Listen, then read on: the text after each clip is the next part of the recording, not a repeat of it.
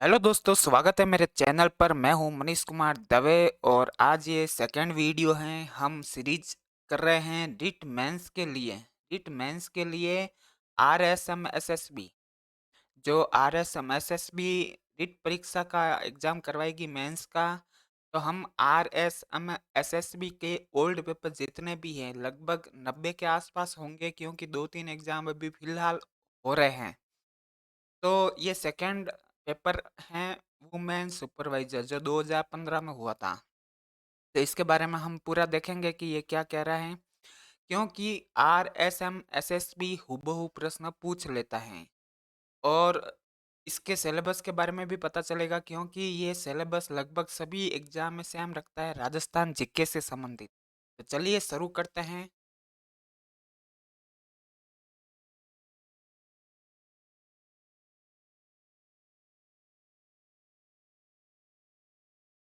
सबसे पहला प्रश्न है, भीम डूंगरी गणेश डूंगरी कहाँ पर है? तो बेराट सभ्यता में। सेकंड है, दोहरी रक्षा प्राचीर के साक्ष्य कहाँ प्राप्त हुए? तो कालीबंगा में। जबकि दोहरी रक्षा प्राचीर, एक तो ये फर्स्ट वाली प्राचीर और सेकंड वाली प्राचीर, तो कालीबंगा के अंदर ऐसा हमें साक्ष्य प्राप्त हुआ है।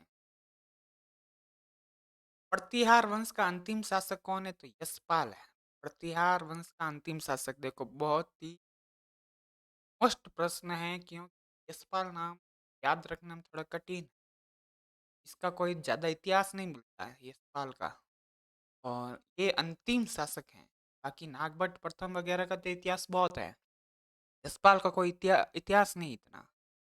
तो याद रखना ये अंतिम है यशपाल, प्रतिहार वंश का अंतिम शासक। नेक्स्ट है, आमेर राजा बिहारी मल की पुत्री का विवाह अकबर के साथ कहाँ पर हुआ? तो सांबर के अंदर अकबर के साथ विवाह हुआ था। किसकी पुत्री? बिहारी मल की पुत्री।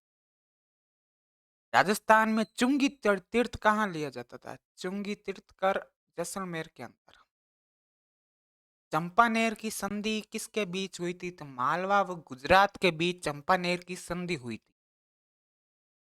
लाल नाथ, चौकनाथ और सवाईदास, ये कई बार प्रश्न आ चुका है, लगभग हर एग्जाम में ये प्रश्न पूछ लेते हैं, जसनाजी से संबंधित है।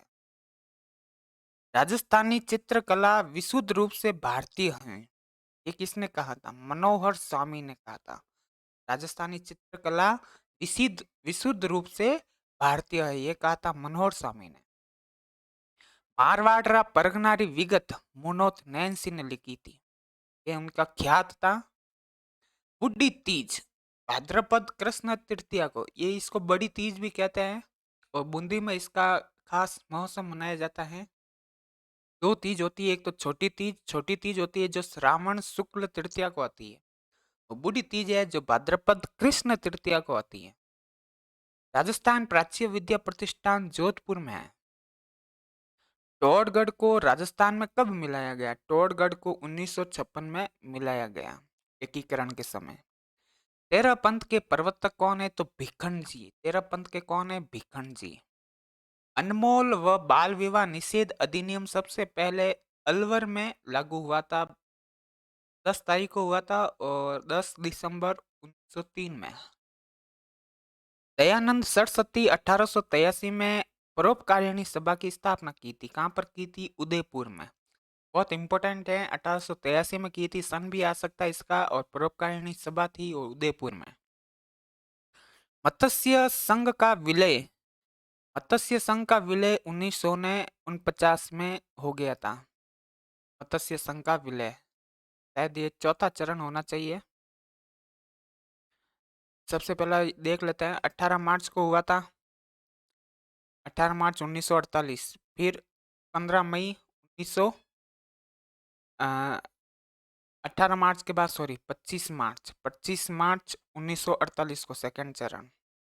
फिर था 15 मई, और फिर था 30 मार्च। 30 मार्च 1949 को ये हुआ था मत्स्य संघ का विलय।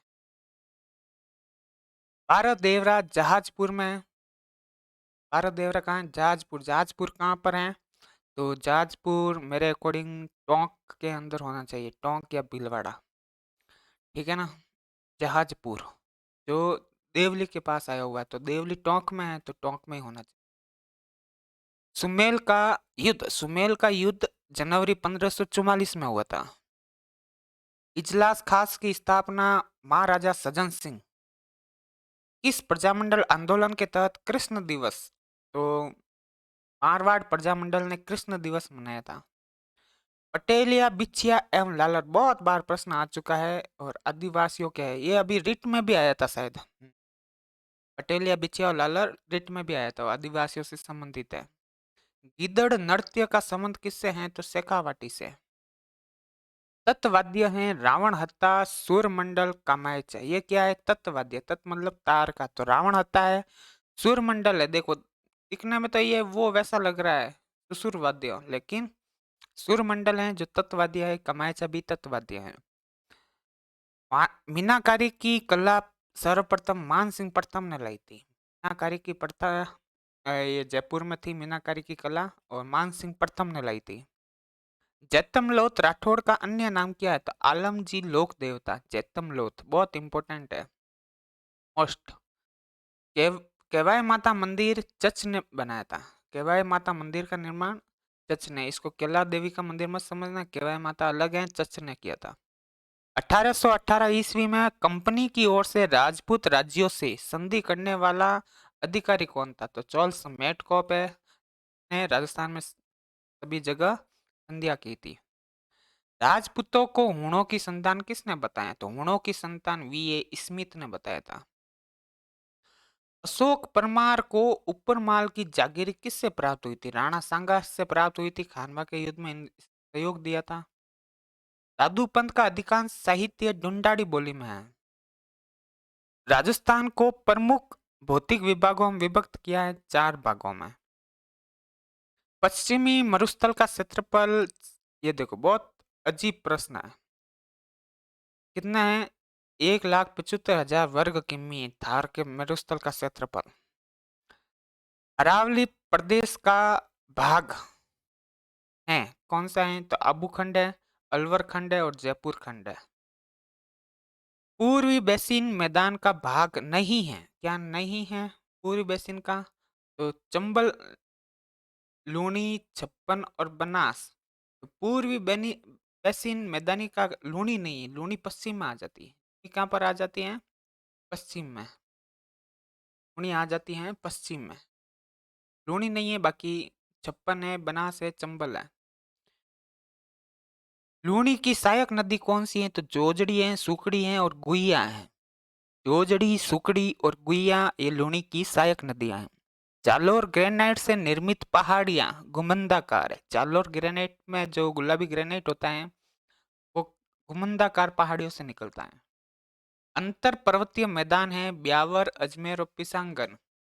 मतलब कि अरावली है, एक पर्वत यहाँ पर है, एक पर्वत यहाँ पर है, बीच में मैदान है, वहां पर ये शहर बसे हुए हैं, अजमेर, ब्यावर और पिसांगन।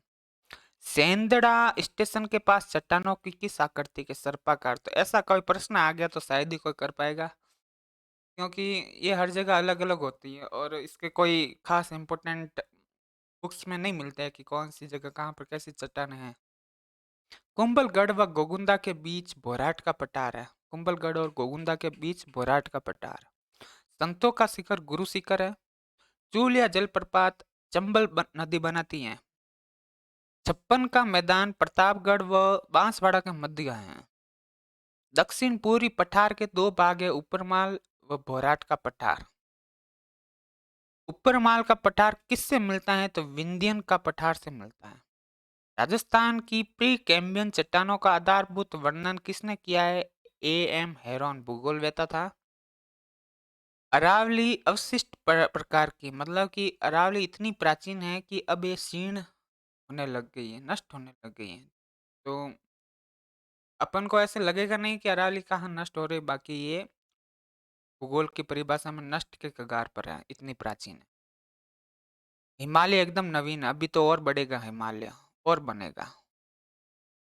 बाप बोल्डर्स युग कार्बोनिफेरस का है। बाप बोल्डर्स युग कार्बोनिफेरस का है। राजस्थान में पाई जाने वाली जलवायु शुष्क, अर्धशुष्क व आर्द्र। देखिए अदरक कहाँ पाई जाती है? झालावाड़ और माउंट आबू में। अर्ध शुष्क जो पाली, नागौर, अजमेर और शुष्क हैं जो रेगिस्तानी इलाका। कर्क रेखा एक उपआद्र भी पाई जाती है जो जयपुर साइड पूर्वी राजस्थान में, उत्तर पूर्व राजस्थान। कर्क रेखा दक्षिण से गुजरती है राजस्थान के। कर्क रेखा बांसवाड़ा डूंगरपुर से गुजरती है। वर्षा ऋतु में मानसूनी हवा की दिशा दक्षिण पश्चिम से उत्तर पूर्व है। वर्षा ऋतु में मानसून की हवा किधर है? ये राजस्थान है। वर्षा ऋतु मानसून की हवा दक्षिण पश्चिम से उत्तर पूर्व की है। इधर दक्षिण पश्चिम से उत्तर पूर्व, ठीक है। नेक्स्ट है, वर्षा को जलवायु प्रदेशों के वर्गीकरण का आधार माना है थॉर्नवेट ने। ये इसको देख लेना वापस। वर्षा ऋतु में मानसूनी हवा की दिशा, ये थोड़ा कंफ्यूजिंग कर रहा है, एक मिनट में देख लेता हूँ हाथों हाथ।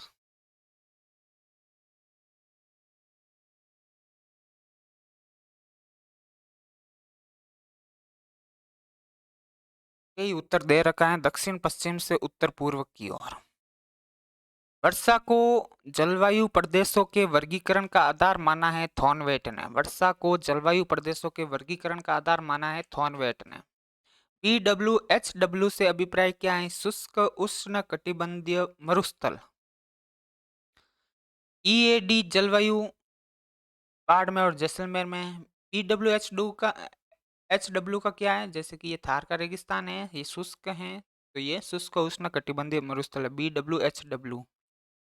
और EAD का मतलब है बाड़मेर और जैसलमेर। DAW का मतलब है बूंदी सवाई माधोपुर। ये बहुत बार प्रश्न आते हैं, बूंदी सवाई माधोपुर नीचे हैं राजस्थान के, और एक यहाँ पर है, तो ये क्या है? DAW है। तो ये था महिला वुमेन महिला सुपरवाइजर का, इसमें ये सवाल पूछे गए थे और रिट एग्जाम की दृष्टि से ये बहुत इंपॉर्टेंट है। हम इस सीरीज में सारे के सारे जितने भी ओल्ड पेपर हैं RSM SSB के वो सारे करेंगे, तो जुड़े रहिए हमारे चैनल से। थैंक यू, धन्यवाद। मिलते हैं नेक्स्ट वीडियो में, तब तक के लिए जय हिंद।